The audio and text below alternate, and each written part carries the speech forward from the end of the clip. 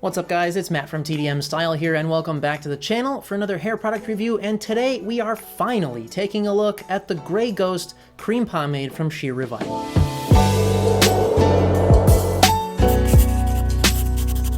And before we get started, I know, last week I said Summer of Tank Tops Part 2, and it still is, but today it's like 60 degrees and rainy and just not warm, so I opted for this fresh, long sleeve, Pay Money Wubby shirt.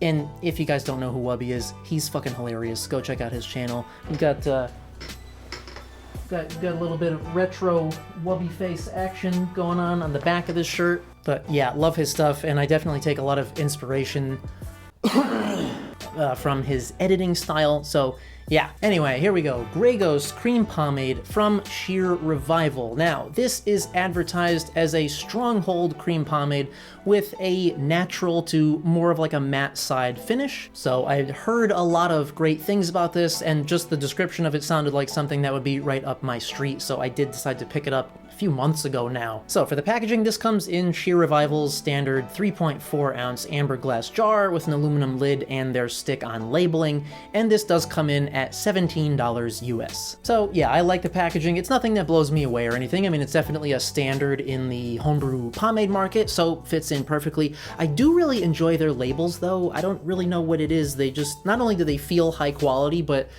they're just clean looking. You know, they're not too busy, they don't have a lot of shit going on, and especially this one, I really like the metallic grandfather clock decal on the front. And I mean, Gray Ghost, I've been a Batman fan my entire life, so that kind of struck a chord with me too. Now the scent on this one is advertised as a citrus and cypress. It's a lot of and fuck. This to me, it just like, it smells like a margarita, which, like, yeah, I've been known to enjoy a good margarita from time to time, and especially, like, this is a great scent, I think, for the summertime. You know, it's light, it's fresh, it's citrusy, it's not in your face at all, and honestly, once I get it in the hair, I don't smell it anymore, but just smells very natural and just delicious. Now, briefly into the ingredients, this is a rather large list, so I'm going to have it down in the description box for you. It is also listed on their website, but we'll go over just a few of the kind of key ones. So this is water-based with aloe leaf juice in the first spot. And then for your hold factor, we've got a number of different waxes, including rice bran wax and Candelilla wax. And then we have a ton of oils in here. So we've got sunflower seed oil, which is great for color protection, actually. We've got castor oil, we've got shea butter, we got vitamin E oil in here, which is excellent for your hair, your scalp, your nails, grapefruit oil, juniper. I mean, there's a ton of natural oils in this. And by the way, I did forget to mention earlier, this is a 100% vegan formula. Moving right along into application and styling. So when you get the lid off of this thing and look inside, you will see this white, kind of shiny, creamy looking pomade. And as you might expect, it scoops out like a cream. It's easy, you don't need a whole lot of force to get it out of there, and it breaks down in the hands super smooth. It does have the slightest bit of tack in the hands, but it is also quite slick feeling. Oh, for fuck, why do I have to have neighbors with loud fucking farm tractors and trucks and shit? I hope you guys can't hear that. Probably can though, it's loud as fuck. Alright, so how does that work when applying it to the hair? So they do mention in the instructions that you can certainly apply it to towel-dried hair, or if you would prefer more of the kind of matte finish as opposed to the natural shine, you can apply it into dry hair. So for the demo here, we're starting out with clean blow-dried hair. I mean, that's just my bag. I have to blow-dry my hair in order to smooth it out, straighten it out, because no matter what the product is, if I apply it to damp hair, I fucking hate the results. So here we go, first scoop in. And I will say you feel a slight amount of grip or stickiness, you know, with those waxes as you're applying this, but it's really nothing too strong at all. There's the slightest little bit of tug, but it's not a problem at all. You know, in my opinion, it's just a way that is telling you like, yeah, this bitch is gonna have a strong hold. And aside from that, it's actually quite slick. It's very easy to evenly distribute. It's easy to comb through. And even going in with the second scoop is easy. Of course, that does amplify the tackiness just slightly. I mean, more product, it's gonna get slightly tackier, but again, it's really nothing bad at all. I don't mind it whatsoever. Now, once you've got it all worked in and combed through, you can certainly shape this into, you know, a clean cut style if you want those comb lines, and it's very responsive to styling. So basically, you're gonna mold your hair and it's gonna stay exactly where you put it. But now, for me personally, I don't think that those cleaner cut styles look very good for me. They're just, I don't know, it's just not my thing. So I definitely prefer to go in with a wider tooth texture comb, and then go in with my fingers even just to coarsen?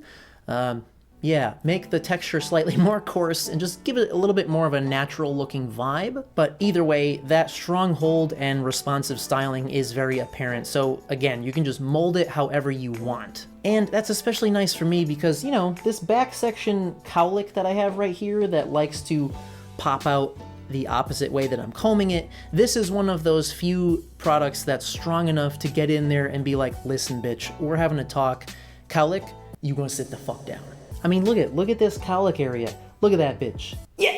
Now, in terms of the shininess of it, the finish, they do mention that if you put it into towel-dried hair, you'll end up with more of that kind of natural to low shine, and if you apply it into dry hair, you'll be more on the matte side of things. Now, as you can see with my hair, of course, it's amplified a little bit by my filming lights down here, but as soon as I finish applying it, it definitely does have that kind of natural, almost low shine to it, and that does lift out after about 10 to 15 minutes of set time, just slightly. So, you know, we can see right now that this is basically how it's gonna stay for the rest of the day, and for me, it's like still kind of in the natural shine ballpark. It's not, you know, super matte. So for me, it's a win because, you know, I don't like products that are super dry and matte looking. And so this is like a perfect balance. It's not too shiny, but it's not too matte either. All right, next, looking at the performance and how the hold endures throughout the day. So in other words, is it really a strong hold? Well, the short story is, yeah. This bitch will stay exactly where you leave it. So taking a look here, this is a full 8 hours later, and yeah, basically my hair hasn't moved at all. But it does stay pliable. This is, you know, an unorthodox water-based pomade, so you can certainly go in with your fingers or a comb and rework it if you have to. You can move it around, put it back into place, and then, once again, that moldability, is that a word? I don't know. I'm making up all kinds of words today. It just allows you to just put it right back where you want, and again, it'll stay there. And now as far as the washout, as I mentioned, this is a water-based product, so I would say it's at least partially water soluble. I find that a good amount of it comes out with just water, although depending on, you know, how many scoops you use, I would say that you probably need a shampoo to get it totally out, which is fine with me. Just any old shampoo will just clean it right out, no problem at all. So, overall thoughts on Gray Ghost cream, oh, upside down, come on, son. Overall thoughts, oh geez, now I dropped it. Fuck me. Try that again. Overall thoughts on the Gray Ghost cream pomade from Shear Revival.